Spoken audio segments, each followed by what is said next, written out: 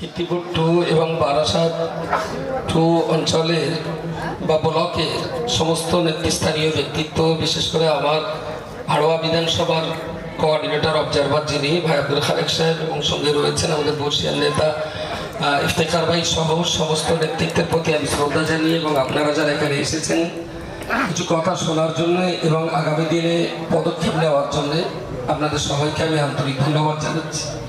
যে পরিস্থিতিতে আমাদের দেশ ও আমাদের রাজ্য পরিচালিত হচ্ছে, এই পরিস্থিতির পরিপ্রেক্ষিতে আমাদের করণীয় দায়িত্ব এবং কর্তব্য কি, তা সুনির্দিষ্টভাবে ঠান্ডা মাথায় চিন্তা ভাবনা করে যদি আমরা পদক্ষেপ না নিতে পারি, তাহলে আগামী দিন আমাদের অনেক বড় মাসুল দিতে হতে পারে। তার একটা বিশেষ পরিস্থিতির মধ্য দিয়ে আব্দুল খালেক সাহেব তিনি আপনাদেরকে বোঝাবার চেষ্টা করেছেন। আমি যে কথাটা বলবো, আপনারা নিশ্চয়ই জানেন,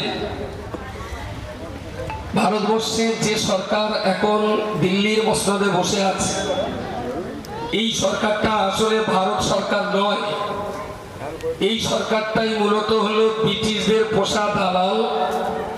এরা দালালি করে গোটা দেশটাকে ব্রিটিশ স্বাধীন করার পরেও গোটা দেশ আজকে যে জায়গায় এসে দাঁড়িয়েছে, সারা ভারতবর্ষটাকে আদানি আম্বানি এই ধরনের গুটিকত কোম্পানিদের কাছে তারা গোটা দেশকে বিক্রি করে দেওয়ার জন্য একটা কঠিন ষড়যন্ত্রের জাল তারা বিছিয়েছে। ষড়যন্ত্রের জালটা কি?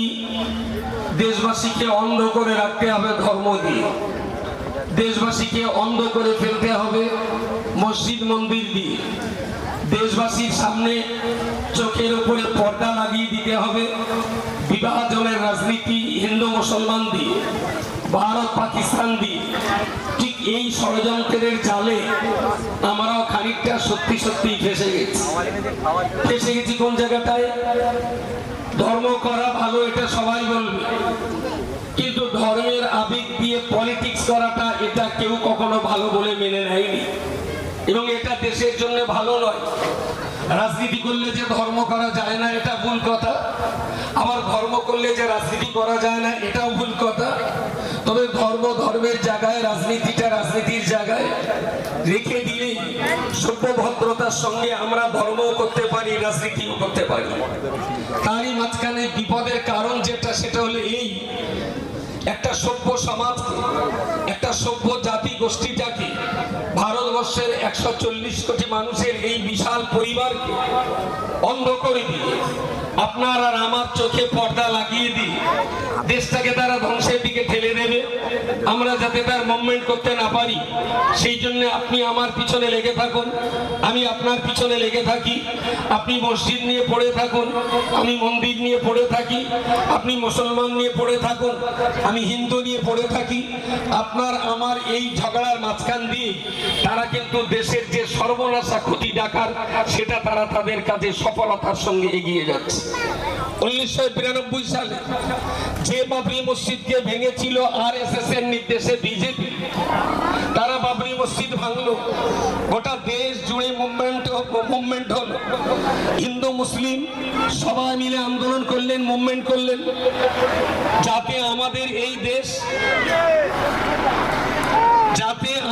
এই দেশ সর্বনাশার পথে কঠিন পরিস্থিতির মাঝখানে ডুবে না যায়।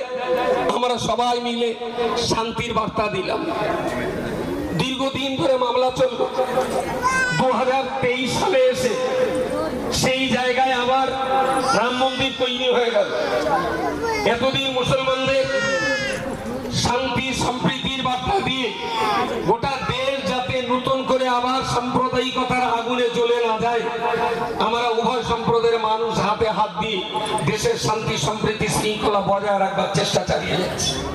ঠিক এইরকম একটা কঠিন মুহূর্তে 2025 সালের 6 ডিসেম্বর আমরা দেখলাম মুর্শিদাবাদের বেলডাঙ্গার মাটিতে সেই ভাঙা মসজিদ নতুন করে আবার বীজ বপন করার জন্য সেখানে বাবরি মসজিদের শিলান্যাস করা হচ্ছে।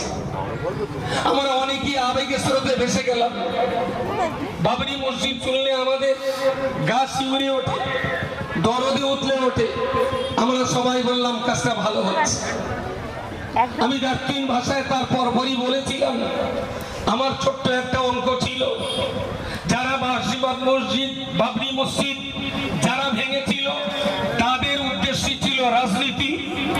আর প্রায় 2 দশকের অধিক কাল পরে সেই বাবরি মসজিদকে নতুন করে যারা তৈরি করতে যাচ্ছে সেটাও পলিটিক্স, রাজনীতি করার জন্য।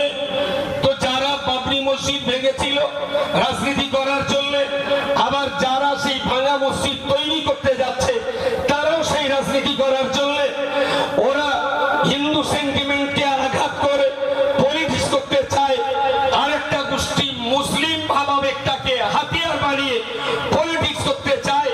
এখানে হিন্দুদেরকেও বুঝতে হবে, মুসলমানদেরকেও বুঝতে হবে যে মন্দিরের আবেগ নিয়ে পলিটিক্স করা যতটা দেশের জন্য বিপজ্জনক, মসজিদের আবেগ নিয়ে রাজনীতি করতে যাওয়াটা ততটাই এদেশের জন্য বিপজ্জনক।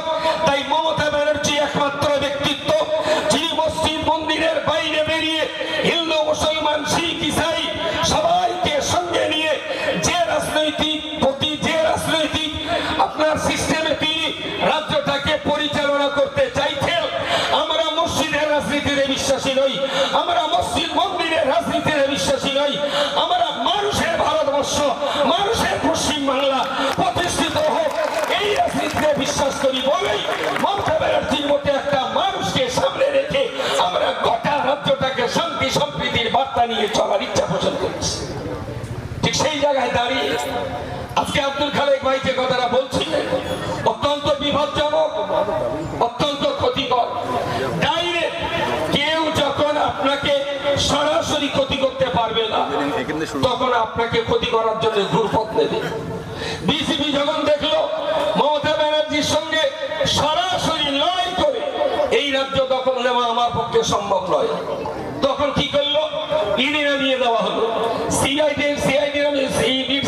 নামিয়ে দেওয়া হলো।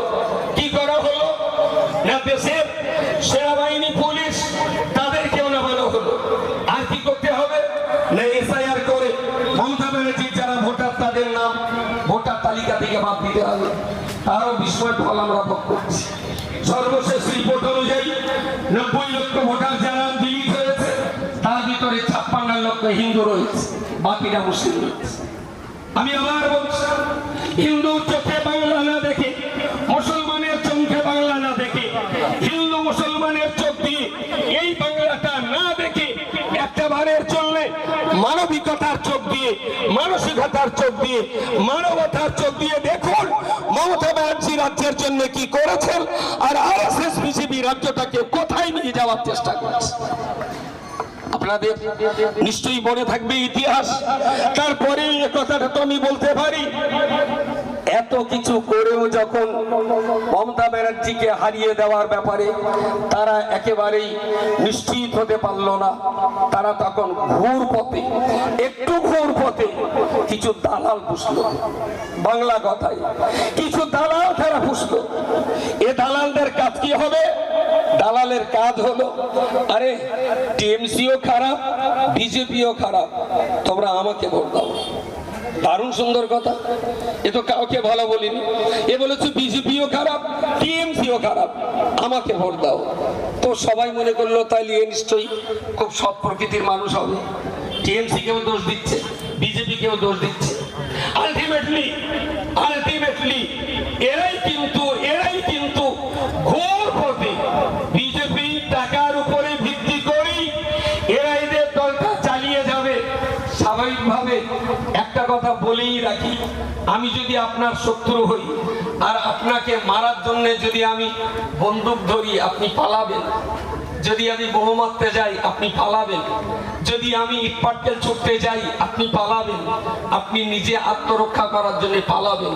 কিন্তু আপনাকে যদি আমি শত্রু হয়ে মারতে চাই, বন্দুক ধরবো না, ইটপাটকেল মারবো না, বোমা মারবো না, দূর থেকে একটু খুব আদর করে সালাম করলাম, আপনি সালামের জবাব দিলেন, আরে ভাই বহুদিন তো তোমার সঙ্গে দেখা হয় না, চলো একটু চা খাই। খুব আদর করে বাড়িতে ডেকে নিয়ে গেলাম, আর চায়ের কাপে চা দেওয়া হলো, আর আপনাকে যে কাপটায় চা দিলাম ওই কাপের চায়ে 6টা ক্যাম্পাস ঘুমির ট্যাবলেট গুলে দিলাম। আপনি ইটপাটকেল থেকে ভয়তে পালাতেন, বন্দুক বোমা দেখে ভয়তে পালাতেন, চা দিলে কি ভয়তে পালাবেন? চা দিলে কি ভয়তে পালাবেন? আর ইট পাটকেল দেখে তো ভয়তে পালাচ্ছিলেন, আর চা দিলে তো চায়ের কাপে তো চুমু লাগাবেন। কিন্তু আপনি একবারও জানেন না এই চায়ের কাপের ভিতরে রয়েছে আপনার মরণের মৃত্যুর পরোয়ানা 6টা ঘুমের ট্যাবলেট। একবার খাবেন আর কবরের ভিতরে যে যখন ঘুম ভাঙবে তখন দেখবেন মনকান রেখে সওয়াল শুরু হয়ে গেছে। এর আগে আপনার ঘুম ভাঙবে না। এটা আপনাদের বুঝতে হবে। বিজেপি যখন ডাইরেক্ট দিয়ে, ইট দিয়ে, পাটকেল দিয়ে, বন্দুক দিয়ে, আইন দিয়ে, সিবিআই দিয়ে, এসআইআর দিয়ে, কোনো দিক দিয়ে আপনাকে যখন জব্দ করতে পারছে না, তখন আপনার ভাইকে দিয়ে, আপনার প্রিয়জনকে দিয়ে আপনাকে এমন চা খাওয়াবে, সেই চায়ের ভিতরে রয়েছে ক্যাম্পাস ট্যাবলেট। ট্যাবলেটটা কি? যে তুমি তো টিএমসি কে, বিজেপি কে হারাতে পারবে না, যখন ওই আপনার টিএমসি কে যখন পারবে না, অন্তত একটা কাজ করো, লড়াই টিএমসি আর সিপিএম এর। তুমি ডাইরেক্ট যখন টিএমসি আর বিজেপি, তুমি বিজেপিকে যখন ডাইরেক্ট বিজেপির জন্য ভোট চাইতে পারবে না, তখন অন্তত টিএমসির ভোটটা কিছু কেটে দাও, যাতে বিজেপিটা জয়লাভ করতে পারে। এই দালালদেরকেই আব্দুল খালেক ভাই বাবার বলে আখ্যায়িত করেছেন। এরা মুসলমান কওমটাকে, এরা মুসলিম জাতিটাকে বিজেপির ক্যাম্পাস ট্যাবলেটে চা খাইয়ে আপনাকে সর্বনাশ করে দিন। জয় বাংলা, জয় বাংলা। মুফতি আব্দুল মতিন সাহেব, আমি আপনাদেরকে খুব বিনয়ের সঙ্গে বলছি, খুব ভালোবাসা আদর যত্ন করেই বলছি, টিএমসি সরকারের প্রতি যদি কোনো রকম এত বড় একটা পরিবার, এত বড় একটা সংসার, একটু সুবিধা অসুবিধা হবে না? 15 বছর ধরে আপনি একটা গাড়ি চালাবেন, সাইকেল, একদিনও কি লিক হবে না? 15 বছর ধরে আপনি রান্না বান্না করবেন, একদিন কি ঝাল তেল নুন একটু কম বেশি হবে না? 15 বছর ধরে একদিন একটা মোবাইল চালাবেন, একদিনে কি মোবাইলটা হ্যাং করবে না? 15 বছর ধরে আপনি যে কলম দিয়ে লেখেন, একদিন কি সেই কলমটা মিসফায়ার হবে না? 15 বছর ধরে আপনি একটা সংসারে স্বামী স্ত্রী সংসার চালাবেন, স্বামী স্ত্রী একদিনে কি মুখ কালাকালি হবে না? তো 15 বছর ধরে মমতা ব্যানার্জি একটা রাজ্য চালাচ্ছেন, সেখানে একদিন টায়াল লিক হতেই পারে, সেদিন দুটো অসুবিধা হতেই পারে। তাই বলে এই সুবিধা অসুবিধে সামান্য একটু কারণে ব্যক্তি স্বার্থকে চরিতার্থ করার জন্য যদি এই সর্বনাশার পথে যায়, সিদ্ধান্ত নেওয়ার অনুরোধ জানিয়ে আমার ছোট্ট আলোচনা এখানে শেষ করছি। শুনলাম এখানে আজকে কেউ একজন মারা গেছে, আমরা তার আত্মার শান্তি কামনা করছি। মাগরিব বাদ তার জানাজা হবে, যারা জানাজায় অংশগ্রহণ করতে চান অংশগ্রহণ করবেন।